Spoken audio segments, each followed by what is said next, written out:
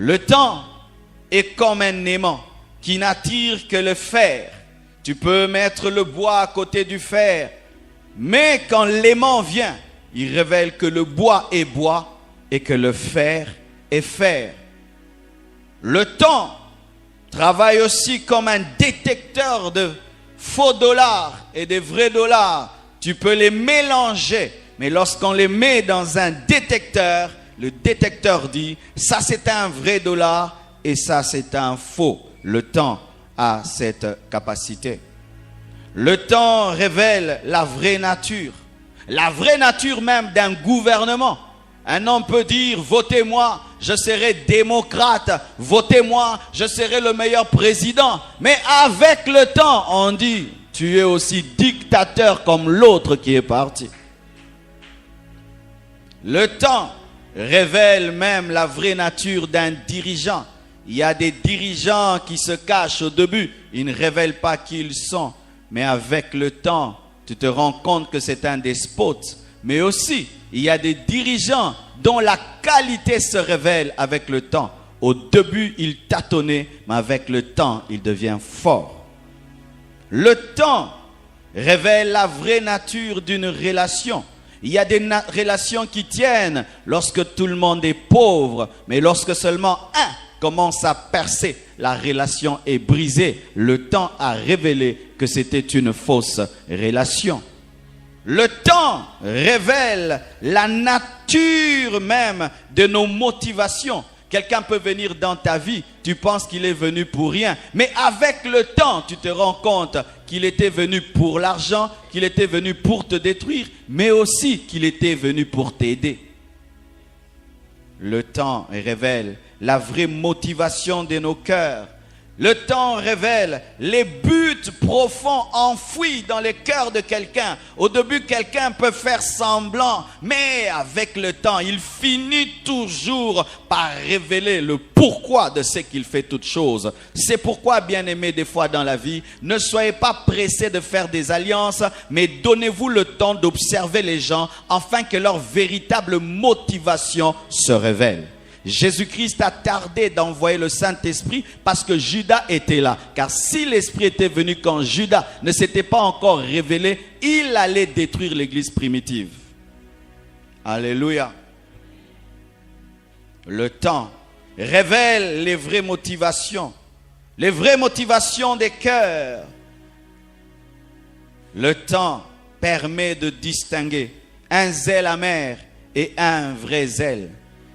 J'ai fait 16 ans de pastorat et j'ai vu des zèles vrais et des zèles faux. J'ai vu des gens venir chaud pendant un mois et puis ils abandonnent. Mais j'ai vu des gens qui étaient tout calmes, année après année, sont là, 2 ans, 3 ans, 4 ans, 10 ans, 12 ans, 15 ans, 16 ans. Calme, pas agité, mais ils sont là. Mais j'ai vu des gens venir avec un feu, comme s'ils allaient être les meilleurs collaborateurs. Mais aujourd'hui, ils ne sont pas là. Le temps révèle le zèle amer et le vrai zèle. Entrons en profondeur. La Bible dit dans Marc 14, versets 10 à 11 et 18 à 21. Judas Iscariote, l'un des 12, alla vers les principaux sacrificateurs afin de leur livrer Jésus. Alors, après l'avoir entendu, ils furent dans la joie et promirent de lui donner de l'argent. Et Judas cherchait une occasion favorable pour le livrer. Pendant qu'ils étaient à table et qu'ils mangeaient, Jésus dit, « Je vous le dis en vérité, l'un de vous qui mange avec moi me livrera. » Ils commencèrent à s'attrister et à lui dire, l'un après l'autre, « Est-ce moi ?» Et il leur répondit, « C'est l'un des 12 qui met avec moi la main dans le plat. Le Fils de l'homme s'en va, selon ce qui est écrit de lui, mais malheur à l'homme par qui le Fils de l'homme est livré. Mieux vaudrait pour cet homme qu'il ne soit pas né. » Jésus-Christ choisit des apôtres, il choisit des disciples. Il les place à côté de lui. Et parmi eux, il choisit un homme qui s'appelle Judas. Et il a confiance en lui parce que tu ne peux pas donner ta caisse à quelqu'un sans avoir confiance en lui. S'il y a des gens dans cette église en qui j'ai confiance, ce sont les diacres. parce qu'ils tiennent la caisse. Amen. Et quand quelqu'un peut te confier l'argent de son ministère, c'est qu'il a confiance en toi. Et Jésus avait confiance en Judas. Mais là, c'était au début du ministère.